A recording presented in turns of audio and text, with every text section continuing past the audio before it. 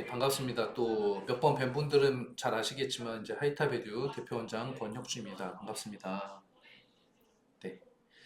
자, 하이탑에서 이제 입시센터를 만들었어요. 그래서 입시센터에서 이제 제가 일단 메인을 잡고 그리고 이제 강남에 있는 업체들, 그 다음에 정자동 뭐 분당에 있는 업체들 해서 이 입시를 조금 이제 끌고 갈 만한 그런 컨텐츠들을 만들었습니다. 그래서 하이탑에듀 입시센터에서는 전부 다 해요. 과학고 특목 자사, 그 다음에 뭐 원서, 학습 컨설팅, 진로 컨설팅. 그래서 필요한 것들이 있으시면은 이제 조금 그래도 나름 저렴한 가격에 들으실 수 있도록 준비를 했고, 그리고 오늘은 학부모님들한테 이제 서울대학교 입시의 변화, 그게 가진 의미들이 좀 있거든요. 그리고 이제 과학고가 유치가 됐죠. 참 좋은 일이죠. 그래서 여기에 또 따라서 어떤 일들이 이제 벌어질 건지 뭐 이런 것들을 좀 알고 하시는 게 굉장히 중요합니다. 자, 그래서 일단 저희 하이탑에서 이 단대 지점을 설립을 했어요. 그래서 이건 그냥 깨알 홍보하고 넘어가겠습니다. 이번 연도에도 그래도 하이탑에서 한양대, 서강대, 연세대 합격생이 있습니다. 그리고 작년에는 이제 한양대 의대 및 등등의 합격생들이 있고요. 그래서 인서울에 한 25명 정도 갔거든요. 그래서 나름 괄목할 만한 어떤 성과라고 생각을 하는데 저는. 그리고 무엇보다 중요한 거는 이런 거예요. 좋은 대학을 가는 게 중요한 게 잘하는 애들이 있으면 좋은 대학을 당연히 가죠. 그런데 1.5등급 정도 받은 학생이 어느 대학을 갔느냐 이런 건 되게 중요한 지표거든요. 그런 것들이 이제 어떤 입시를 얼마나 잘 끌고 가느냐 이런 거랑 연관이 좀 있겠죠. 자, 일단 서울대학교 입시입니다. 이 서울대학교 입시가 연세대, 고려대랑 약간 달라요. 항상. 그러니까 서울대에서 입시를 이렇게 하겠다라고 하면 연고대에서는 약간 다른 방향을 좀 취하긴 하는데 전체적인 트렌드를 서울대가 좀 만들어가는 분위기입니다. 그래서 여기서 좀 눈여겨볼 만한 것들이 좀 있어요. 자, 일단 첫 번째 수시 모집에서 수시 모집은 이제 내신 뭐 이런 거는 아시죠? 근데 일단 요 지역균형 전형 우리는 이제 지균이 굉장히 좋거든요. 이 지역 균형 전형이 이제 3명이 됐죠. 그래서 우리 성남에서는 좀 좋은 소식입니다. 좋은 소식이고 우리 아이들이 직윤으로 서울대를 한번 노려볼 수가 있겠다. 그래서 그건 좋은데 이제 문제는 이런 거예요. 이 SNU 역량평가 면접을 도입하겠다 이렇게 나왔거든요. 뭐 지금도 면접이 없는 건 아니죠. 근데 뭔가 이름을 딱 붙여서 뭔가 역량을 평가하겠다. 이게 이제 핵심이 되겠죠. 이게 사실 고교학점제에서의 핵심 용어이기도 합니다. 역량평가. 자, 그럼 간단하게 말씀을 드릴게요. 이런 복잡한 얘기들은 사실은 뭐 그렇게 하는 걸 좋아하지도 않고 어머님들도 들어봐야 별 느낌이 안 오는데 어떤 게 중요하냐면 이 고교학점제의 키워드는 역량이고 역량에 대한 면접을 실시한다. 그러면 이게 2028학년도에 입시의 면접에서는 이런 것들이 주가 될 확률이 굉장히 높아요. 왜냐하면 지금 현재도 학생부 종합전형은 진로, 그 다음에 학업, 공동체 이 세 가지 항목을 평가를 하는데 학교마다 이 비율이 좀 달라요. 뭐 3대 5대 3이라든가 뭐 4대 4대 2라든가 이런 식으로. 근데 사실 이 뒤에 붙어 있는 말이 역량이거든요. 학업 역량을 평가하겠다. 진로 역량을 평가하겠다. 공동체 역량을 평가하겠다. 그래서 이미 이렇게 되어 있어요. 이미 이렇게 되어 있는데 또 새삼스럽게 2028에도 역량을 평가하겠다. 이런 면접을 시행하겠다. 자, 그렇다면 우리 아이들이 가져야 되는 첫 번째 오늘 키워드, 첫 번째 키워드는 역량입니다. 역량. 역량이 뭔지 알아야 되는 거잖아요. 그죠? 그래서 그건 조금 이따 말씀드리고 뭐 창의 융합 인재 양성을 목표로 뭐 서류 평가를 역시 역량 중심 평가로 구체화하겠다. 그죠? 그래서 수시에서는 이런 면접 평가가 굉장히 이제 어떤 합격을 좌우하는 한 가지 요소가 될 거예요. 그리고 이제 수능 체제를 볼지 안 볼지 얼마나 반영할지 이런 것들도 좀 눈여겨볼 만합니다. 그런 것들은 이제 현재 고1 애들이 고2가 됐을 때 내년도에 확정적으로 발표를 하게 돼요. 자, 보시면 이제 면접 점수가 이런 식으로 되겠다. 그죠? 그리고 2단계 일반 이건 지균이고요. 지균에서 면접을 조금 적게 보는 거지만 일반 전형에서는 반반이죠. 그래서 굉장히 중요해진다, 면접이. 자, 그럼 우리 중학교 때 아이들이 면접을 준비를 해야 되는 그런 상황이 되는 거죠.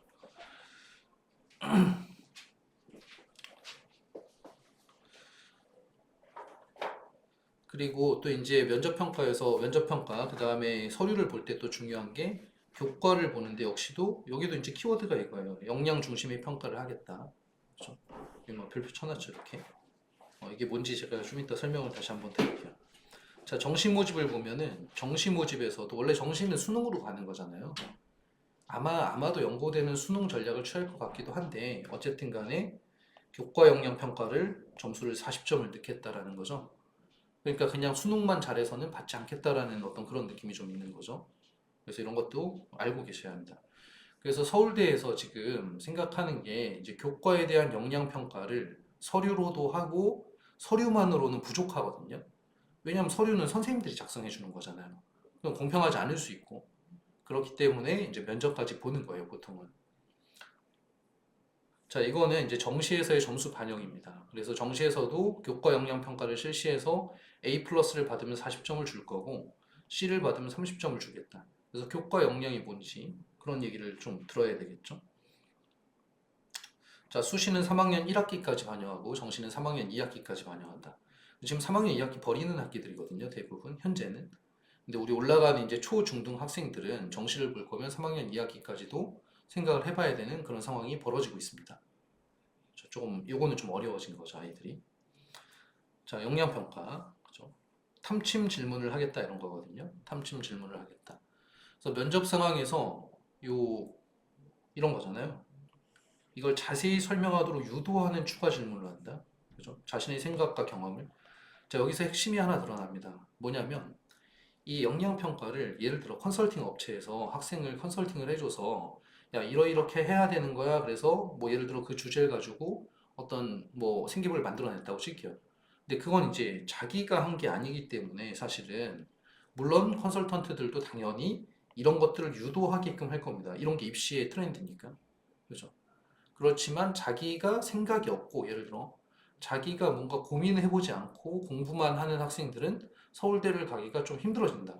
그리고 이게 트렌드라 그랬잖아요. 그죠? 왜냐면 내신이 5등급제로 바뀌면서 내신을 1등급 받기가 쉬워진 거거든요.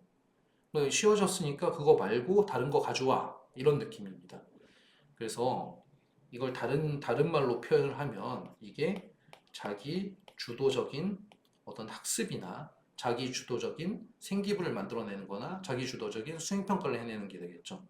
그 방금 전에 얘기한 자기 주도적인 것들을 역량으로 키워드를 맞춰서 뭔가 학습 활동을 진행을 해야 됩니다. 구체적으로는 조금 이따 다시 말씀드릴게요. 네.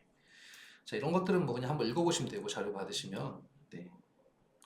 직윤에서 이제 뭐 좋은 소식들, 뭔가 확대된다라는 소식들은 사실 성남에는 굉장히 좋은 소식입니다. 자, 그리고 수능 최저는 수시에서는 이제 폐지하고 이런 면접을 도입하겠다라고 하지만 어쨌든 확정화는 내년도를 봐야 됩니다. 자, 정시민주에서 아까도 정리해드렸죠. 교과 역량 평가가 있을 거라고. 그죠? 역량 중심의 평가 이게 뭐냐? 막 이렇게 보잖아요. 그죠? 이렇게 보면 되게 복잡하잖아요. 근데 실제로도 현재도 이렇게 이 두 개가 공동체 역량이라고 보시면 됩니다. 공동체 역량은 갈등, 뭐 소통, 협업 이런 사례들이에요. 활동들에서 그런 것들이 많이 드러나느냐는 거예요. 그래서 갈등을 중재하고 뭔가 협업하고 소통하고 뭐 리더십이 있느냐 이런 것들이 이제 공동체 역량과 관련이 있고 이쪽 역량, 지식탐구 자기관리 역량 이게 학업 역량하고 관리가 있습니다. 학업 역량, 현재의 학업 역량, 그죠? 학습을 얼마나 잘하느냐의 얘기거든요. 근데 학업 역량에서도 보는 것들이 자기 주도성이라는 말이 있어요. 자기 주도적인 학습을 한 게 있냐? 예를 들어서 서울대에 조금 오래된 사례이긴 한데 서울대 합격 사례 중에 이런 게 있습니다. 통영 그러면 성남보다도 훨씬 이제 시골이잖아요. 쉽게 얘기하면 성남은 도시고 완전히. 근데 그 시골에서 이제 학생이 서울대에 붙었는데 그 친구가 이제 학습을 할 때 영어 학습 같은 걸 할 때요. 별건 아니에요. 요즘 애들 단어장 쓰고 단어장 외우고 하잖아요. 뭐 예를 들면은 되게 잘 나오는 단어들을 모아놓은 어떤 유명한 단어장을 사서 외운다. 이런 것들은 이제 자기 주도로 보지 않는다는 거죠. 이 친구는 암기 카드를 만들었어요. 알파벳 순서대로 사전처럼 정리를 한 거죠. 이런 것들이 이제 서울대에서 보기에는 그래 너 혼자 이렇게도 공부했구나라는 어떤 그런 것들이 있네요. 그래서 여기도 이제 자기 주도적이라는 말이 붙어 있죠. 그죠? 그다음 지금 여기 종합적 사고, 창의적 사고 역량이 현재의 진로 역량과 관련이 있습니다. 진로 역량들은 대부분 탐구를 하는 것들이거든요. 예를 들어서 경영학과를 가고 싶은 학생이 있다고 볼게요.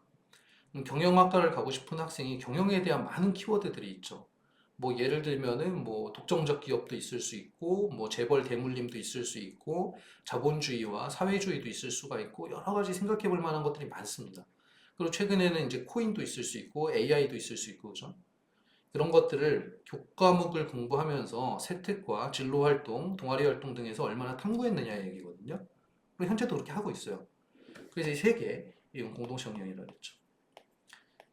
이 세 개의 스토리를 만들어 가야 되는 겁니다. 1등급만 받는다고 되는 게 아니라 이 스토리가 어떻게 되느냐가 이제 합격의 기준이 된다는 얘기죠. 자, 그럼 바꿔서 지금 중학교 아이들, 초등학교 아이들 굉장히 어리잖아요. 그죠? 그 아이들이 이런 활동을 한다는 걸 사실은 학교에서도 지금 조금씩 리드하고 있습니다. 잘 보시면 수행평가 같은 것도 옛날 같지 않아요. 옛날에는 수행평가, 지금 이제 성남에서도 사실 안 좋은 학교들은 수행평가 그냥 문제로 시험 보고 말거든요. 귀찮으니까. 그게 제일 심플하죠. 다 점수 나오고 하는 게. 그런데 무슨 프로젝트를 내라든가 프로젝트를 하라든가 뭐 이런 것들이 많이 늘어나고 있어요. 그죠? 저는 이제 80년생인데 98학번이고, 저 때는 그런 건 상상도 할 수 없었던 일들. 근데 이미 초등, 중등에서 일어나고 있죠. 그걸 통해서 아이들이 충분히 연습을 해야 되고, 이런 아이들이 있어요. 제가 현장에 있다 보면은, 아, 선생님 수행평가 제가 잘 못해요. 그냥 대충 하고 그냥 내요. 이런 것들을 선생님과 학부모님들이 관리를 해줘야 됩니다. 그럼 안 된다. 그죠? 왜냐면 연습하는 거니까. 그래서 초, 중 시절에는 그런 연습이 필요하다. 그래서 그건 좀 이따 좀 더 말씀을 드릴게요. 그래서 어쨌든 서울대는 이런 느낌으로 학생들을 뽑아내겠다 이런 거예요. 그래서 면접 준비는 사실은 면접 준비가 뭐 말을 잘한다 이렇게 생각하실 수가 있는데요. 그런 것들은 굉장히 쉽습니다. 뭐 말을 연습하고 뭐 이런 것들은 단기간에 할 수 있어요. 근데 중요한 거는 말할 내용이 있어야 되는 거죠. 그 내용은 자기가 직접 찾아보고 자기가 관심을 가지고 이래야 그런 것들이 만들어질 거예요. 자, 그리고 또 하나, 뭐 수행평가의 내실화. 고교학점제의 주요 키워드 중에 하나죠. 수행평가를 통해서 뭘 하겠다. 그죠? 학교에 있는 수행평가. 근데 이게 또 아이러니한 게 또 웃긴 게 연세대 고려대에서는 실제로는 수행평가를 본 항목에 대해서는 채점을 안 한다고 합니다. 뭐 제 얘기는 아니고 이제 유명 컨설턴트들이 주로 하는 얘기들인데 왜냐하면 자기가 독특하게 한 활동을 평가하겠다는 거예요. 학교에서 낸 수행평가는 우린 인정하지 않는다. 그럴 수 있죠. 근데 어쨌든 서울대에서는 수행평가를 잘 보겠다라고 이제 발표를 한 거예요. 자, 그래서 여기 요것도 한번 볼만하죠. 자, 보면 이런 겁니다. 이 아까 역량이라고 말씀드렸는데 이게 좀 애매모호하잖아요. 역량이 바로 이거예요. 그죠? 지식을 얻는 수준에서 끝나지 않고 그걸 네가 어떻게 활용했니? 너 그거 어떻게 생각하니? 너 이 문제 어떻게 해결할 거니? 이런 것들을 역량이라고 하는 겁니다. 그래서 이런 것들이 이제 연습이 돼야 되는. 그래서 학원에서도 사실 이거 말로만 제가 학부모님들한테 이렇게 얘기한다고 해서 뭐가 되는 게 아니잖아요. 그래서 학원에서도 컨텐츠들을 좀 만들고 있습니다. 중학교 아이들 이런 역량을 좀 뭐 소위 이제 뭐 학생부 종합 전형 미리 준비하기 뭐 이런 강좌들. 그래가지고 아이들이 약간 실제로 해보고 탐구도 해보고 아 이렇게 쓰는 거구나. 나중에 고등학교에 가면요 탐구 보고서를 내야 돼요 학교로. 중학교에서도 물론 내지만 그럼 탐구 보고서를 안 내면 선생님들이 그 학생이 뭘 했는지 모릅니다. 그죠? 학생들 많이 써야 되니까. 그럼 그 탐구 보고서의 주제를 찾고 자기가 탐구 보고서를 만들어서 내고 그 안에는 이런 역량과 관련된 이야기들이 담겨야 한다. 근데 현재는 어떠냐? 현실은 관심과 관련된 이야기만 잔뜩 담겨 있습니다. 애들 생기부를 직접 이렇게 보면요. 저 경영학과, 저 의대 가고 싶어요. 저 의대 가고 싶어요. 저 의대 가고 싶어요. 저는 생명공학에 관심이 많아요. 관심 위주의 생기부는 아주 좋지 않습니다. 관심은 별로 안 들어가도 돼요. 그냥 역량이 많이 평가돼야 돼요. 저 공부 잘해요. 저 어떤 탐구 주제가 있으면 되게 탐구 잘해요. 저 공동체에서도 생활을 잘해요. 이런 약간 역량 중심의 생기부가 만들어져야 된다. 그리고 그렇게 되면 면접은 자연스럽게 해결할 수 있다. 그죠? 그리고 수능 최저도 하나의 키워드가 되겠죠. 자, 그래서 여기까지가 이제 서울대에 대한 이야기입니다. 그래서 다시 한번 정리를 좀 해드리면은 서울대는 이 SNU 뭐 역량 평가 면접을 도입하겠다 이렇게 거창하게 이야기는 했지만 현재도 하고 있는 것들이고 이 고교학점제의 키워드인 고교학점제 키워드는 여기 고교학점제 적어놨는데 5등급제죠. 그래서 1등급이 10%까지입니다. 자, 저는 풍생고 나왔지만 풍생고만 10%가 있는 게 아니죠. 전국이죠, 전국. 전국에서 10% 안에 들어가는 애들 얼마나 많겠어요. 이 아이들이 다 같이 스카이에 도전을 하게 될 겁니다. 그럼 경쟁률이 엄청나게 높아지겠죠. 그 경쟁률이 높아진 와중에 그럼 뭘로 뽑느냐 그랬을 때 방금 말씀드렸던 역량 중심의 생기부와 면접이다. 그죠? 그러면 이 등급을 받는 거 외에도 이 1등급을 받는 거 외에 이거는 그냥 지원할 수 있는 거에 불과한 거예요. 저 1등급 받았어요? 너 스카이 서성한 지원할 수 있겠네. 이런 거죠. 근데 실제로 선발하는 거는 이쪽이 좋아야 되는 거잖아요. 이게 합격을 좌우하는 하나의 키워드가 될 거고, 그리고 학생부 교과 전형 현재가 이제 현재 전형대로 그대로 유지가 된다 그러면은 또 하나의 키워드가 수능 최저가 될 겁니다. 수능 최저를 맞추는 것과 역량 중심의 생기부 면접을 만드는 게 합격을 좌우하게 될 거고, 이걸 중학교 때 해야 돼요. 중학교 때 학교에서 A 학점을 받는다? 잘했다? 이렇게 얘기하잖아요. 그죠? 잘했어요. 저도 잘했다고 칭찬해 주는데, 근데 안타깝게도 A 학점을 받는 애들은 한 3, 40%까지 됩니다. 거기 못 들어가면 지금 뭐가 잘못되고 있구나 생각하셔야 돼요. 우리 아이가 B다? 아, 그럼 공부 쪽에서는 무언가 문제가 벌어지고 있다. 그의 인성이나 이런 걸 얘기하는 게 아니라 공부 쪽에서. 그죠? 그럼 A 학점만 받는 거 가지고는 아주 불충분하죠. 그거 가지고는 대학교 입시에서 뭔가 해결하기가 어렵습니다. 그래서 중학교 시절에 뭔가 해둬야 될 것들에 대해서 좀 이따 말씀드리겠습니다. 자, 거의 대부분 처음 듣는 분들은 많이 없을 거예요. 제가 이 얘기를 많이 했기 때문에. 자, 1등급, 저는 그렇게 생각해요. 우리 모두 다 같이 여기 들어와 계신 분들 이거 외우고 있어야 됩니다. 근데 우리가 학업이, 저는 저 업으로 삼는 사람이기 때문에 당연히 외우고 있지만, 이제 어머님, 아버님들은 이제 일터에 나가시면 또 이거 까먹게 되는 거니까 자꾸 보셔야 돼요. 그래서 간단해요. 그냥 10%. 그래서 10%만 딱 기억을 하세요. 1등급은 10% 늘어났다. 엄청 늘어났어요. 원래 지금 4%거든요. 2배 이상 늘어났다. 근데 10%에 있는 대학들이 이런 거예요. 스카이 서성한, 그 다음 중경외시 건동라인까지도 다 10% 안에 있습니다.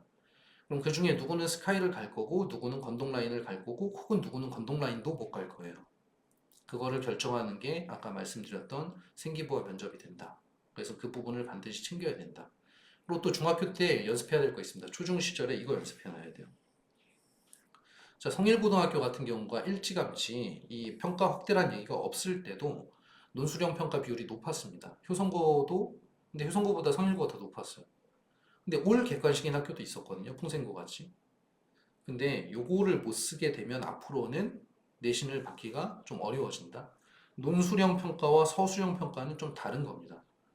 그런 거는 뭐 전문적인 거니까 나중에 얘기를 드리더라도 그냥 논술형 평가에 대해서만 얘기를 드리면, 논술형 평가는 근거를 가지고 이래 해서 이렇게 돼요 라고 써야 되는 거고, 서술형 평가는 그냥 이거예요 라고 쓰면 되는 거예요. 그러니까 약간 증거가 있어야 되는, 그죠? 논술할 수 있는 힘이 있어야 된다는 얘기죠. 그거를 이제 뭐 논술 학원을 다니고 뭐 이런 게 중요한 게 아니라, 아이가 중학교 때 이런 충분히 이런 시험들을 연습해 봐야 된다. 쓰는 방법이랑 등등. 그죠? 그래서 그런 컨텐츠가 필요합니다. 이 학교에서도 그렇게 해줄 수 있지만 학교에서 중간 기말고사밖에 없잖아요. 그리고 입시에 맞춰서 교육하는 게 학교의 방향은 아니기 때문에 학원에서 준비를 많이 하고 있습니다. 아마 전체적으로 다 준비를 많이 하시지 않을까 이런 생각을 해요. 자, 1등급이 이렇게 늘어난다는 거죠. 그죠? 평생고 235명 중에 23명이 1등급이 되고, 이 23명, 여기서만 23명이 스카이에 도전하게 되는 거죠. 그래서 합격을 좌우하는 건 제가 생기부, 면접, 수능 이런 것들이라고 말씀드렸고, 과목도 엄청나게 늘어나죠. 고교학점제 라인에서.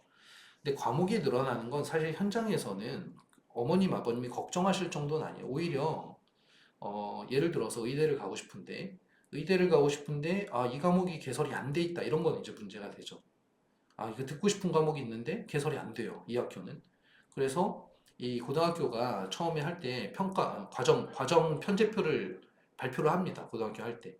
그 선발할 때. 그러면 편제표를 보고 이 학교는 1학년 때 뭘 배우고 2학년 때 뭘 배우고 3학년 때 뭘 배우고 어떤 과목을 배우는구나 이런 게 나와 있어요. 그래서 자기가 원하는 과목이 있으시면 그걸 선택하면 되는 거고, 만약 없으면 공동교육 과정이 또 있습니다. 그래서 공동교육 과정 온라인으로도 할 수 있고 이런 과정들이 있어요. 그래서 그걸 또 수강하게 되는 거고 그런 것들이에요. 그래서 어쨌든 간에 이 학교에서 대부분 다 정해줄 거예요. 너 의학 계열이야? 그럼 이런 거 들어. 너 이과 계열이야? 이런 거 들어. 안 그러고선 현장에서 운용이 안 됩니다. 한 명 신청하고 그러면 강의 열 수 있는 게 아니잖아요. 그죠? 그래서 별로 신경 안 쓰셔도 된다, 저거는. 자, 여기 아까 자기주도적이라는 표현과 탐구라는 표현과 역량이라는 이 세 가지의 단어가 굉장히 중요한 단어들입니다. 그죠? 그래서 중등 시절에, 초중등 시절에 제일 중요한 거는 뭐냐면, 이거 좀 리드 하셔야 돼요, 어머님들이. 그리고 현장에서도 저희 선생님들이나 저도 마찬가지 엄청나게 강조하고 있는 것들이 뭐냐면, 아이가 호기심을 갖게 하라는 거예요. 이게 고교학점제든 아니면 입시에도 굉장히 중요합니다. 뭐가 궁금해야 찾아볼 거 아니에요? 근데 야 이거는 A는 이거고 B는 이거니까 이렇게 푸는 거야 라고 강의해버리면 호기심을 가질 틈이 없죠 아이들이. 그냥 하고 그냥 문제 풀고 막 끝나버리는 거거든요. 그죠? 그래서 요거는 이제 어떤 약간 전문적인 부분이 되겠지만 이런 호기심을 가지게 자꾸만 리드하는 거. 그리고 초등학교 학부모님들은 애들 책 잘 읽고 말 잘 듣잖아요. 그럴 때, 야, 너 혹시 그 책 읽다가 관심 가지게 된 게 있어? 그래서 뭐 예를 들면은 제 딸도 어리거든요. 10살이에요. 초등학교 3학년. 근데 걔가 롤러스케이트장을 제가 데려갔습니다. 롤러스케이트장을 데려갔는데 롤러스케이트를 타는 걸 이렇게 유심히 보다 보니까 뒤로 타는 사람도 있고 막 잘 타는 사람들이 있잖아요. 야, 너 뒤로 타는 거 안 궁금해? 그랬더니 이 딸이 안 궁금하대요. 그래서 제가 이제 궁금해해라. 궁금해해야 돼. 막 얘기를 했죠.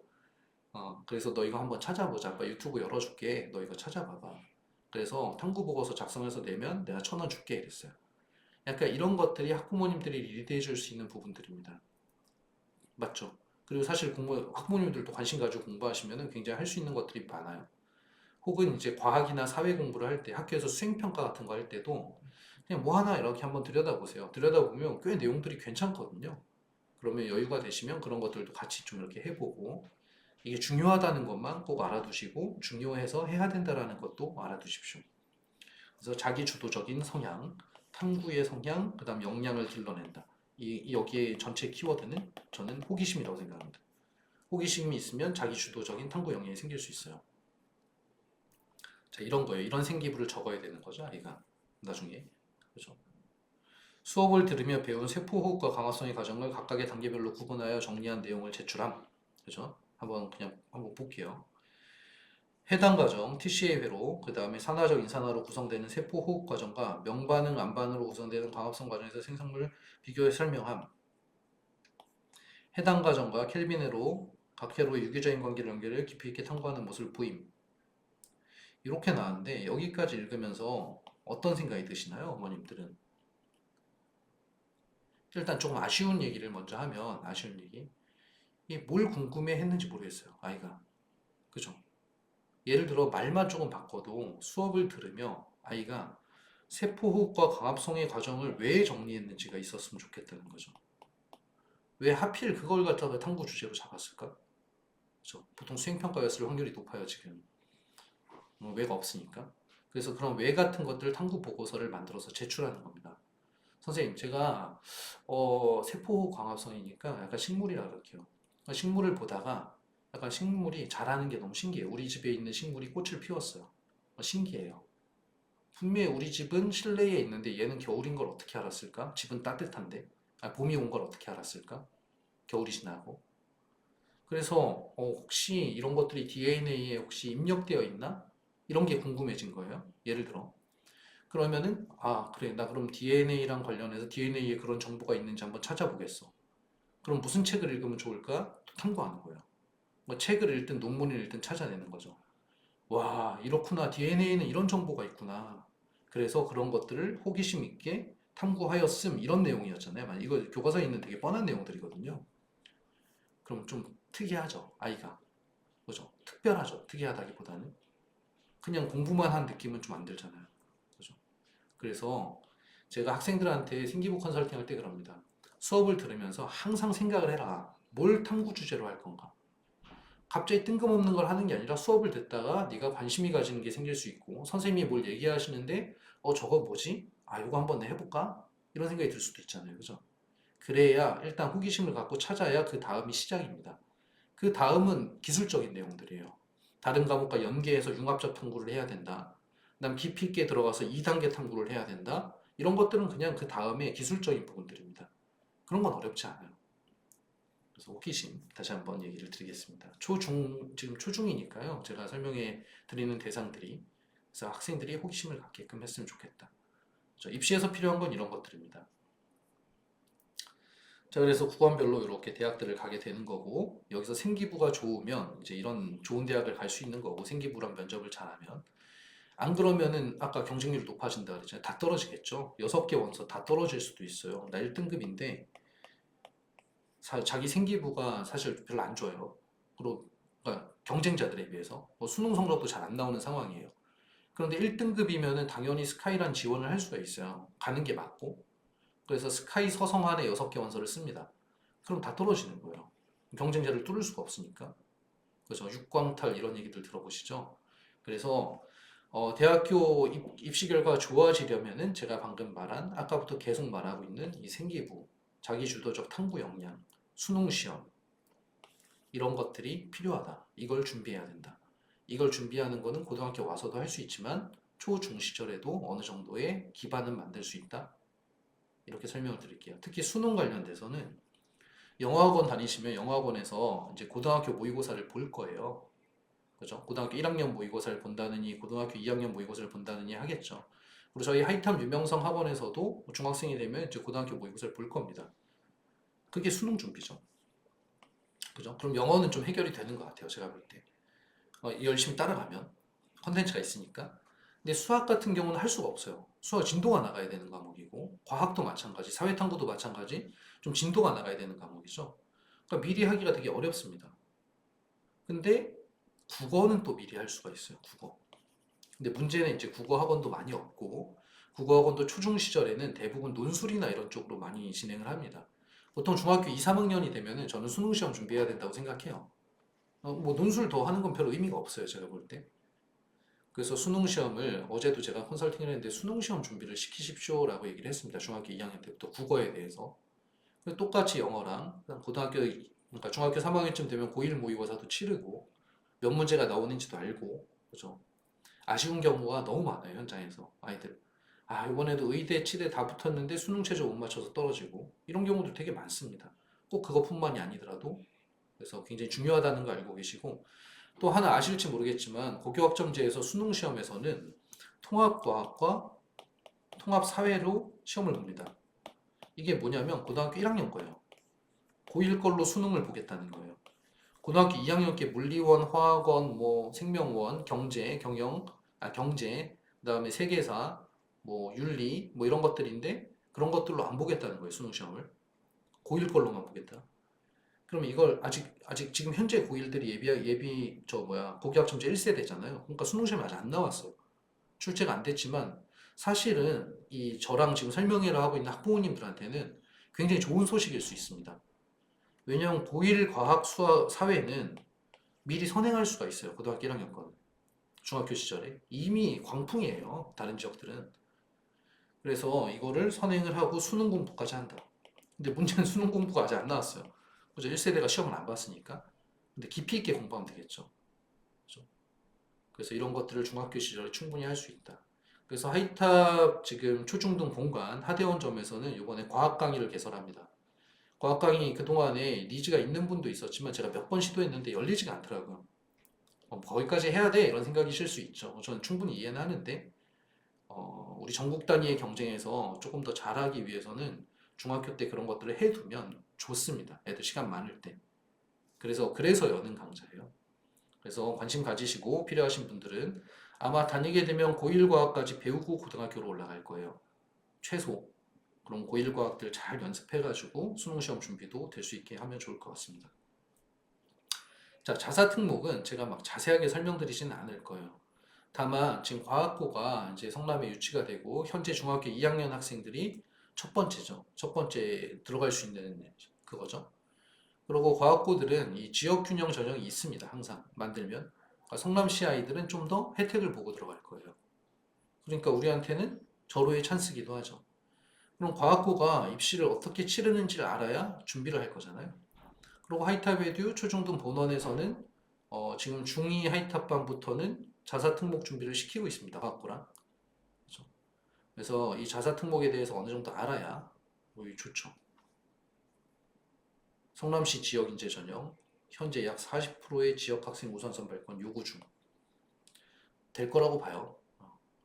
그러면은 전체 재원생 중에 한 40%는 성남에서 갈 수 있게. 근데 성남이 워낙에 크죠. 분당, 판교, 위례, 성남 이 네 개 중에서 거기를 뚫고 들어가야 될 겁니다. 그래서 경쟁률은 좀 높을 거라고 보고 준비를 어떻게 하느냐에 대한 문제가 되겠죠. 자, 국제고 외고는 이제 영어를 좀 잘하는 아이들 입시만 볼게요. 그다음 과학고 영재학교 이런 카테고리가 이렇게 있죠. 과학고 영재학교. 그다음에 전사고, 그죠? 전국 단위 자사고. 당연히 이제 뭐 대학들을 잘 보내고 있죠. 그죠? 서울대도 많이 보내고. 중요한 거 입시를 보겠다 그랬으니까. 과학고는 제일 먼저 이제 생기부가 있습니다. 생기부. 생기부, 중학교 생기부에도 아까 제가 말씀드린 자기 주도적인 탐구 역량이 드러날 수 있어요. 그런 것들을 만약에 진짜로 보내시고 싶으신 거면 준비시켜야 됩니다. 사실. 왜냐면 그냥 있으면은 준비가 안 될 거예요. 생기부가. 그래서 생기부를 이제 전문가랑 같이 만나서 어떤 식으로 좀 해 나가야 되는지, 아직 어리니까 아이가 좀 리드를 해줘야 됩니다. 그 다음에 뭐 물론 학원에서도 해줄 수 있어요. 또 연결도 할 수 있고. 그리고 생기부만으로 부족하기 때문에 자소서를 받습니다. 그리고 학교장 추천서까지 받죠. 이렇게 봐서 방문 면접을 보통 해요. 혹은 소집 면접을 하기도 하고 학교에 온다는 얘기예요. 학교에 와서 아이랑 얘기를 좀 나눠보고 아, 얘 괜찮은 애다 싶으면 이제 시험을 보게 됩니다. 2단계. 그죠? 이게 괜찮은 애다, 질의응답, 그죠? 이런 게 괜찮은 애다라고 평가를 하려면 아까 말씀드린 생기부의 내용들과 자기소개서의 내용들이 자기가 해왔어야 할 수 있는 거예요. 얘기를. 그냥 갑자기 중3 때 준비한다? 쉽지 않습니다. 그런 게 아니라 중1 때부터 준비를 잘해서 이 아이가 실제로 자기가 한 활동들과 관심을 가진 영역들이 있고 잘 기억을 하고 있고 그럼 내가 했던 거니까 당연히 대답도 잘 할 수 있겠죠. 그리고 그런 탐구 활동을 많이 하게 되면 아이가 말도 잘해요. 그래서 이렇게 1차가 되면 2차가 이제 최종 면접이 될 텐데 과학, 수학, 창의성 및 잠정력 면접 이렇게 돼 있는데 이 면접이라고 했지만 사실은 이제 시험입니다. 그래서 과학하고 수학을 잘해야 돼요. 쉽게 얘기하면. 선행도 잘해야 되지만 심화를 또 잘해야 됩니다. 그래서 사실은 과학고 정도는 저는 좀 그렇게 생각해요. 약간 영재성을 가진 좀 특별한 아이들이 가는 게 맞다. 일반 아이들이 갔다가는 이제 가서 힘들 수가 있죠. 그리고 준비도 굉장히 어렵고. 근데 하지만 대부분 해보시는 이유가 뭐냐면은 이걸 한다고 해서 손해는 안 보기 때문에 그런 거예요. 그죠? 혹시 떨어지거나 지원을 안 하더라도 일반고에서 좀 앞서갈 거니까. 그래서 한 번쯤 뭐 애가 이제 잘하는 아이다 그럼 준비시켜 보는 것도 좋다고 생각합니다.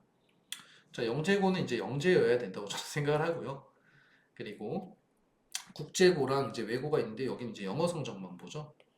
영어 성적. 비교적 과거에 비해서는 들어가기가 쉽습니다. 국제고는 좀 아니지만 이 외고는 들어가기가 비교적 쉽죠. 자기소개서랑 면접, 그죠? 시험이 없죠. 그냥 면접만 보고 들어가는 전형. 그리고 경쟁률도 굉장히 높지 않습니다. 이제 가게 되면 좀 골치 아픈 것들이 좀 있어요. 외국어 강좌가 너무 기니까, 너무 많으니까 수학 공부하기가 좀 어려워요. 그래서 혹시 외고 쪽을 원하시는 분들이 있다면 수학 공부를 충분히 하고 들어가야 됩니다. 중학교 시절에. 역시 포인트는 심화 공부입니다. 선행 공부가 아니라 심화 학습을 좀 많이 해야 된다. 자, 자사고. 자사고도 역시 자기 주도 전형입니다. 그냥 면접. 그죠? 자기소개서 기반의 최종 면접. 그래서 올A를 받는 일은 사실 어려운 일은 아니에요. 올A를 받는데 가서 이제 준비가 돼야 되는 거니까 중학교 시절에 충분히 이제 심화학습까지 다 공부가 되고 같이 어깨를 견줄 만한 능력이 된다. 기숙사 생활도 오케이다. 그러면 이제 가볼만 합니다. 저는 적극적으로 추천해요. 간다고 하면. 시험도 한번 봐보라 그러고. 워낙 좋죠. 가면. 자, 그래서 혹시 관심이 있으신 분들은 실제로 아이 리드하는 얘기를 하고 있으니까 초중 시절에 지금 이런 쪽으로 이제 실제로 보내고 싶다. 그렇게 되시면 일단 공부를 좀 하셔야 됩니다. 부모님이. 지금 제가 개론 정도를 말씀드린 거고 학교에 따라서 보는 요소와 평가 항목들이 다를 수가 있죠. 그리고 아이는 이거는 학부모 공부고 학생은 당연히 중등 공부는 해야 되지만 일찌감치 선행과 심화를 해야 됩니다. 너무 당연한 얘기죠. 그러니까 쉽게 얘기하면 중학교, 초등학교 때 고생을 좀 하게 됩니다. 적당한 시점은 언제부터냐? 과거 같은 경우는 초등학교 때부터 시작해야 되고요. 이제 뭐 좀 한 초6인데 늦지 않았을까요? 그럼 자사고 정도는 아직 늦었다고 생각 안 합니다. 저는 외고랑. 아직 중학교 시험 보기 전이니까. 그래가지고 이제 중학교 시절에 고생을 좀 해야 되고, 학부모님의 공부한 걸 바탕으로 해서 이 학습에서 고생은 떠나서 생기부와, 그죠? 그 다음에 자기소개서 거리, 자기소개서도 쓰려면 거리가 있어야 되잖아요. 고3 때 갑자기 할 수 있는 게 아니니까 이런 스토리들을 만들어 나가야 됩니다. 그래서 이렇게 준비를 시키시는 거예요. 초등학교 학부모님들 중에서도 우리 아이가 잘하는지 검증이 안 되죠. 그죠? 학교 시험 보면 맨 잘 보고 학교 시험 너무 쉽고 검증이 안 되면은 약간 우리 아이의 심화 공부가 어디까지 됐는지가 중요한 요소입니다. 예를 들어 최상위 수학 정도는 초등학교 때 당연히 풀어야 하죠. 거기 있는 것들을 쑥쭉 풀어서 애가 잘 맞추는 상황이다. 그리고 저희 학원에서는 HME를 주로 내보내는데 HME 시험 점수가 좋다. 초등학교 시절에. 그러면은 사실은 좀 잘하는 거예요. 잘한다고 생각할 수 있어요. 그러면 선행이든 그다음 그런 것들을 쭉쭉 해볼 수 있습니다.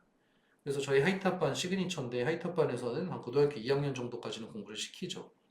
그 정도면 충분합니다. 고3 거까지 해야 되는 거 아닌가요? 근데 이 심화가 바탕이 안 되는 선행학습은 의미가 없다고 보시면 돼요. 그래서 심화 공부를 좀 시키시고 아이가 능력이 되는 대로 쭉쭉 끌어줄 수 있는 그런 것들이면 되겠습니다. 자, 좀 더 자세히 알고 싶으신 분은 저한테 개인적으로 면담 요청을 하시고 넘어가겠습니다. 자, 그래서 이제 초중 시절에 어떻게 공부를 해야 되느냐. 제가 키워드들을 몇 개 드렸는데 다시 한번 정리를 해드릴게요. 첫 번째 키워드. 첫 번째 키워드는 자기주도. 두 번째 키워드 역량. 그죠? 세 번째 키워드 탐구. 지금 과고, 자사고, 그 다음에 대학교 입시, 서울대 입시 전부 다 여기에 있습니다. 그죠? 그리고 조금 구체적으로 들어가면은 이것들이 생기부에 드러나야 되는 거고 아이가 자신 있게 면접에서 이야기할 수 있어야 되니까 자기가 해야 되는 거고 수능 시험도 준비가 돼야 되는 거고 그죠? 아셨죠? 이런 포인트들을 맞추시면 돼요. 제가 지금 적어드리는 키워드들 그리고 공부는 선행과 심화가 있을 텐데 당연히 둘 다 하는 거고 심화 쪽이 좀 더 중요하다. 그죠? 선행 공부 솔직히 마음만 먹으면 일주일이면 똑똑한 아이들 미적분 금방 개념 원리 다 뗍니다. 하루에 10시간씩만 공부할 수 있으면 금방 될 것 같아요. 선행은. 하지만 미적분을 심화로 들어가게 되면 절대 그렇지 않죠. 그죠? 그래서 여기가 훨씬 더 오래 걸립니다. 그래서 이런 공부를 할 수 있는 컨텐츠를 좀 아이한테 제공해 줘야 됩니다. 학원에서도 제공해 줘야 돼요. 그런 학원들을 좀 다니셔야 되겠죠. 자, 그래서 이 키워드를 다 설명을 드렸고요. 고등학교 때 가시면은 이거 많이 보여드린 슬라이드인데 중학교 때는 여기서 100% 나와요. 학교 시험이 이 정도에서 나옵니다. 기본 유형 정도에서. 그래서 중학교 때 100점 받았는데요. 이게 의미가 별로 없어요. 느낌이 안 와요. 이 친구 중학교 때 내신 197이거든요. 다 100점 받았던 거죠, 대부분. 근데 고등학교 와서 이거 헤매고 있죠, 그죠? 4등급은 40%예요. 중간 정도밖에 못 하는 거예요. 그죠? 왜 이럴까? 뭐 이런 생각들을 해보면 중학교 내신이 말해주는 점수는 여기입니다. 100점. 근데 고등학교 내신은 아무리 쉬운 성남고 시험 쉽다 그러잖아요. 성남여고. 이게 30% 들어가요. 그래서 중학교 때 100점을 받았던 애들이 어떤 아이는 70점 정도를 받는 데서 그치게 되고요. 어떤 아이는 100점을 받게 되는 거고 이렇게 받으면 이게 3, 4등급 되는 거고 이게 1, 2등급이 되는 겁니다. 현재의 고 2, 3 기준으로. 고교학점제에서는 이거보다 낫겠죠. 여기 1등급이고 저기 2등급이 되겠죠. 그죠? 그래서 이걸 해야 된다. 수능 시험에서도 수학이 4점짜리인데 수학이 4점짜리가 어려운 건데 이게 52점입니다. 100점 만점에 50점 넘게가 다 어려운 거다. 국어랑 영어는 어떠냐? 국어 영어는 3점짜리가 어려운 거거든요. 그게 10%예요. 10%가 아니라 열문항이에요. 30점. 전체의 30%. 수능 시험에서도 국어 영어에서 어려운 게 전체의 30%. 그죠? 과학 사회는 어떠냐? 50%입니다. 과학 사회는 3점, 2점이거든요. 3점짜리가 10개예요.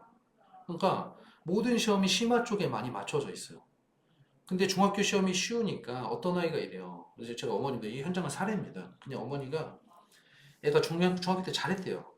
그래 맨날 100점 받고. 그래서 제가 물어봤어요. 너 과학 공부할 때 문제집 몇 건이나 풀었니? 국어 공부는 어떻게 했니? 지금 여기 계신 분들도 그런 배신 분들이 많을 거예요. 안 풀었는데요? 저 문제집 하나 풀었는데 이런 경우 되게 많아요. 근데 100점 받았어? 그러면 자기가 천재인 줄 알아요. 아이가. 어머님들도 애가 잘하는 줄 알아요. 그게 아니죠. 학교 시험 이상하게 쉬운 거죠. 어떻게 대충 책만 읽고 100점을 받아요. 그죠? 그래서 그런 식으로 하면서 학습 습관을 배리게 되면 심화 공부가 안 됩니다. 그래서 학교 성적을 기준으로 공부하면 안 돼요. 학교 성적에서 A 받는 건 너무 당연한 얘기고, 저는 지금 말씀드리는 거는 인류대를 기준으로 했을 때 얘기입니다. 그거는 정말 아무것도 아니고, 또 B 받는다고 큰일 나는 것도 아니지만, B 받기도 힘들어요. 그렇게 열심히 하는 애들이. 그죠? 심화 공부의 키워드를 두셔야 된다. 좀 다른 세상이다. 이게 최악이에요. 이게 시험이 쉬운데 결과 좋은 거예요. 그러면은 이게 긴장감이 안 듭니다. 하던 대로 하게 되고, 그리고 계속 A를 받아요. 그래도 잘하고 100점 받고 막 학원만 다니면 뭐가 좀 되고, 고등학교 오면은 완전히 그냥 헤매게 되죠. 그래서 이런 류의 공부를 혹시라도 자제분들이 하고 있다라면 완전히 이렇게, 이건 어느 순간인가는 컨설팅을 받든 뭔가를 해서 바꿔야 합니다. 이렇게. 그죠. 중등 내신에 국한되지 않고 입시를 좀 생각하면서 공부를 해야 된다. 그래서 이렇게 바꿔주시면은 아주 좋겠습니다. 그죠? 이런 얘기는 뭐 아까 계속했죠. 그죠? 1등급만 가지고 되는 게 아니다. 키워드들. 그죠? 이 학습 시간 키워드. 자, 지금 뭐 계시면 제가 여쭤볼 텐데 몇 시간이나 공부하나요? 아이들 집에서. 이렇게 물어보잖아요. 제가 중등부 학부모님들, 중2, 3학부모님들한테, 학생들한테도 물어보면 보통 잘하는 애들도 보통 2시간 이상을 꾸준히 하는 애가 별로 없어요.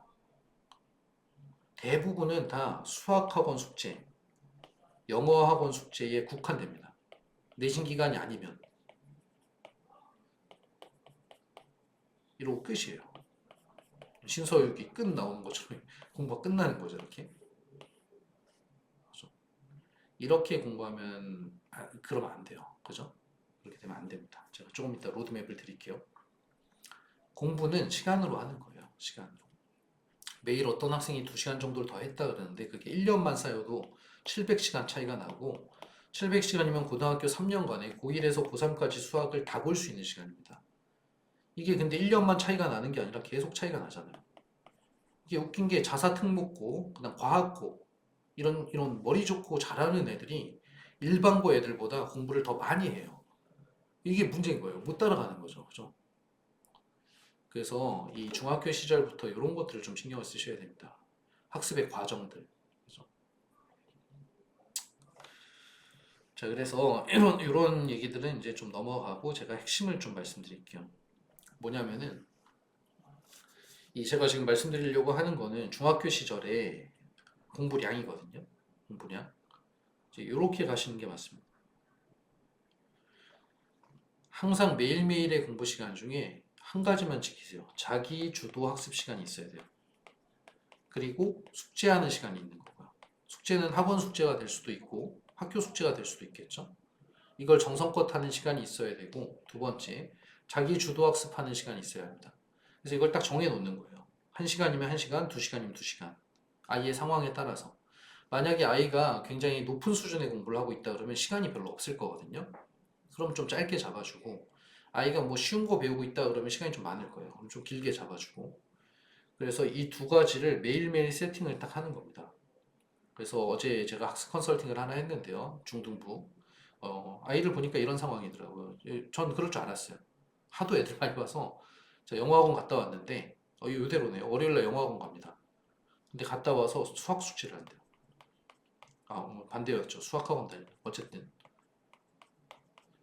왜 그렇죠? 다음날 수학학원을 가야 되니까 그런 거죠. 안 하면 혼나니까. 영어학원 갔다 와서 수학 숙제를 하고, 수학 숙제하고 나서 뭐 하니? 물어봤더니 학교 공부도 좀 해요. 그럼 학교 공부는 몇 시간 잡아놨어? 그런 건 없어요. 그냥 해요. 그럼 할 때도 있고 안 할 때도 있다는 겁니다. 안 할 때 더 많겠죠. 그죠? 그럼 이거만 하는 거거든요. 쉽게 얘기해서. 그래서 몇 시간 공부하냐 그랬더니 2시간은, 이게 다 합쳐서 2시간 정도 됐거든요. 이런 거는 경쟁력이 없습니다. 이거 가지고 공부 열심히 한다고 볼 수가 없어요, 절대로. 그래서 영어학원을 갔다 오면은 영어학원 갔다 와서 수학 숙제하는 거 아주 잘못된 습관입니다. 영어학원 갔다 오면 영어 숙제를 해야죠. 배운 거에 대해서 숙제를 해야 바로 합니다. 영어 숙제를 해주고 그다음 제가 자기주도 시간을 만들라고 방금 말씀드렸잖아요. 그러면 한 시간은 숙제하는 시간이고 나머지 한 시간은 자기주도하는 시간이야. 그럼 자기주도 시간에는 수학 숙제를 하는 게 아니라 수학 숙제 이미 한 상황이어야 되고요. 수학, 심화, 혹은 오답, 오해도 이런 것들을 할 수 있겠죠. 자기가 문제 따로 사서 그죠? 여기서 한 시간이 만약 더 있잖아요. 한 시간. 한 시간이 더 있으면 국어도 할 수 있겠죠. 그죠? 그래서 요 두 개 있는 요 뒤에 있는 요 시간들이 자기주도 학습 시간입니다. 여기에 뭘 배치할지는 학생하고 학부모님이 잘 선정해서 하시면 돼요. 과학을 할지, 국어를 할지, 수학 심화를 할지. 그죠? 근데 이것만 하는 느낌이거든요.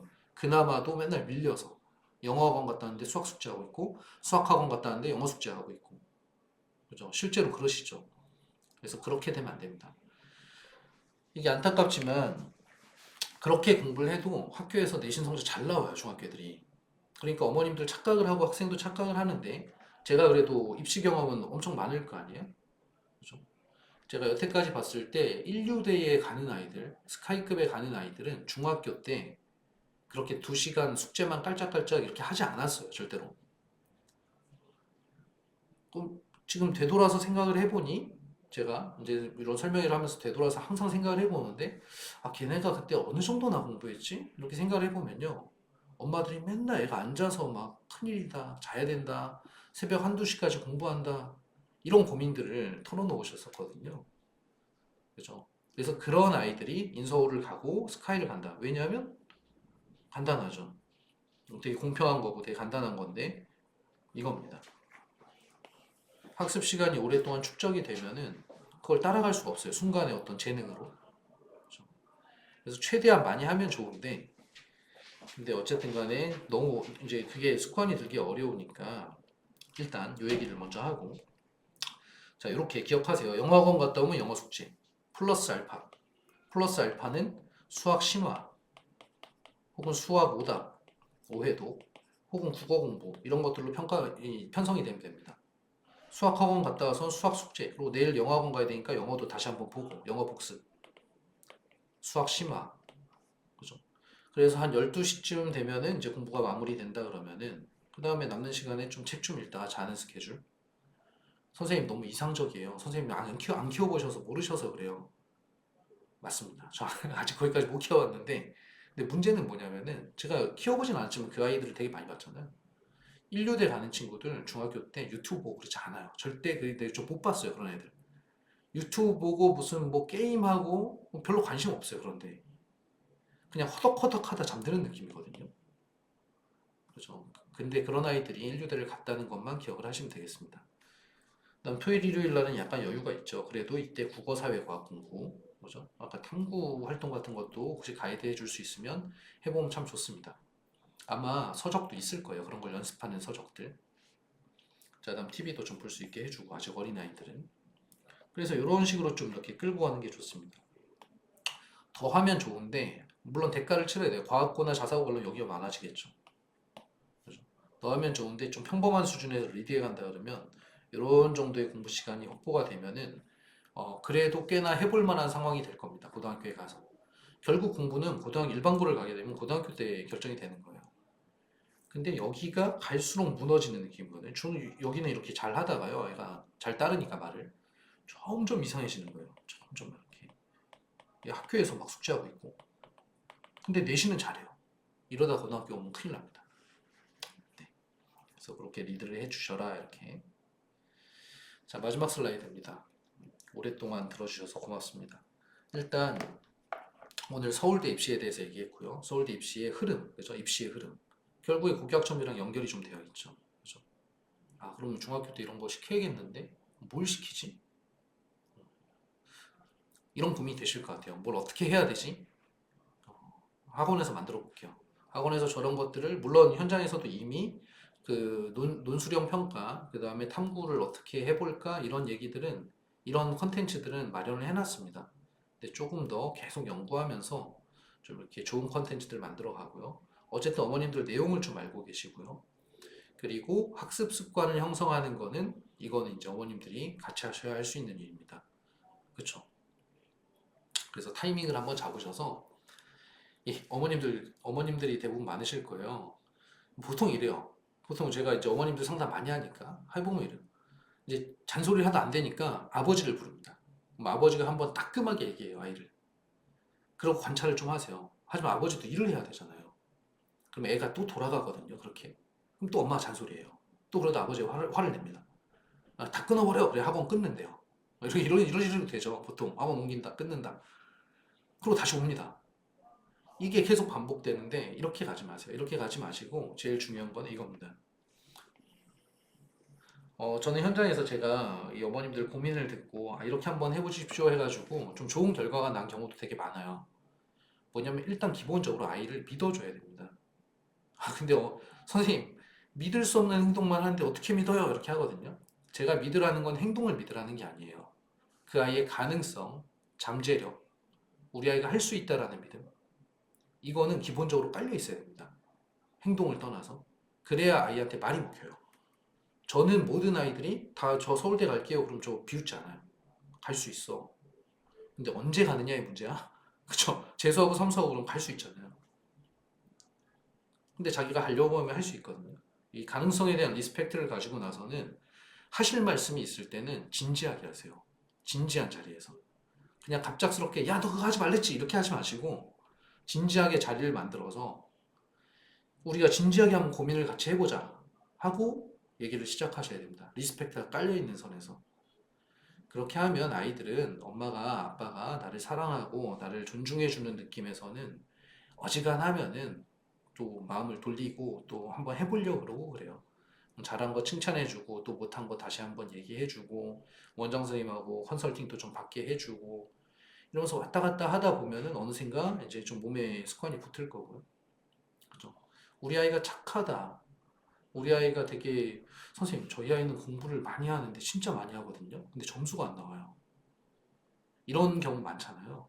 우리 아이는 참 착하고 엄마 아빠 말도 잘 듣고 선생님 말도 잘 듣는데 점수가 안 나와요. 일단 어머님들 아버님들 공부해 보셔서 아시겠지만 공부는 되게 힘든 과정입니다. 그죠? 자기와의 싸움 진짜. 다이어트, 담배 끊는 거 다 똑같은 거예요. 뭐 너무 힘든 거죠. 그죠? 공부도. 착한 아이들은 착한 아이들 나름의 꼼수가 생깁니다. 저는 많이 봤어요. 도서관에 5-6시간을 공부 안 하고 앉아 있어요. 핸드폰 없이도. 이런 꼼수들이 생겨요. 그죠? 그래서 제가 그래요. 제가 좀 사사시 살펴보면요. 그럼 대부분은 공부를 안 하고 있는 겁니다. 아이가. 그냥 앉아 있는 거고. 왜 그럴까요? 그죠? 왜 그러냐면 그걸 할 어떤 동기부여가 안 되는 거예요. 동기부여. 그냥 막연하고 뭔가 재미도 없고. 그죠? 그래서 그런 것들을 이제 집에서도 끌고 가는 겁니다. 같이. 그래서 제가 잘 아는 분들은 이 대학교 탐방 이런 것들 다니시기도 하고요. 대학 탐방 아이랑 가서 그 앞에서 밥집에서 밥도 먹고 이런 식으로. 야, 여기 대학교 왔으면 좋겠다. 모르고 뭐 같이 찾아보고. 이렇게 아이와 함께 하는 시간들이 필요합니다. 안타깝게도. 그래서 고등학교로 갈수록 점점 더 학부모님들이 아 이제 다 컸으니까 네가 알아서 해라 하지만 그런 학생들이 많지가 않아요. 그래서 조금만 더 관심 가져주시고 물론 여기 오신 분들은 이 설명회 들을 정도는 관심이 많으신 거거든요. 그래서 제 설명회를 이렇게 들어주시는 분들은 대부분은 좋은 결과가 나더라고요. 이만큼 관심을 가지고 계시니까요. 그런 것들이 또 아까 보여드렸던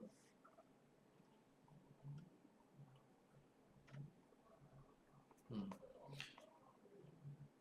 이거랑 관련이 있는 거죠. 그죠? 어머님들의 시간도 마찬가지인 겁니다. 학생들만큼이나. 그래서 아마도 잘 될 겁니다. 자, 오늘 강의는 여기까지 하도록 하고요. 설명회는 조금 이제 도움이 되셨을 거라고 생각은 들지만 혹시 추가로 좀 더 뭔가 알고 싶은 게 있으시면 학원으로 문의를 주시면 되겠습니다. 자, 고생하셨습니다. 다음에 또 다른 주제를 가지고 계속 짧게 짧게 만나 뵙겠습니다. 오늘은 마무리하겠습니다. 고맙습니다.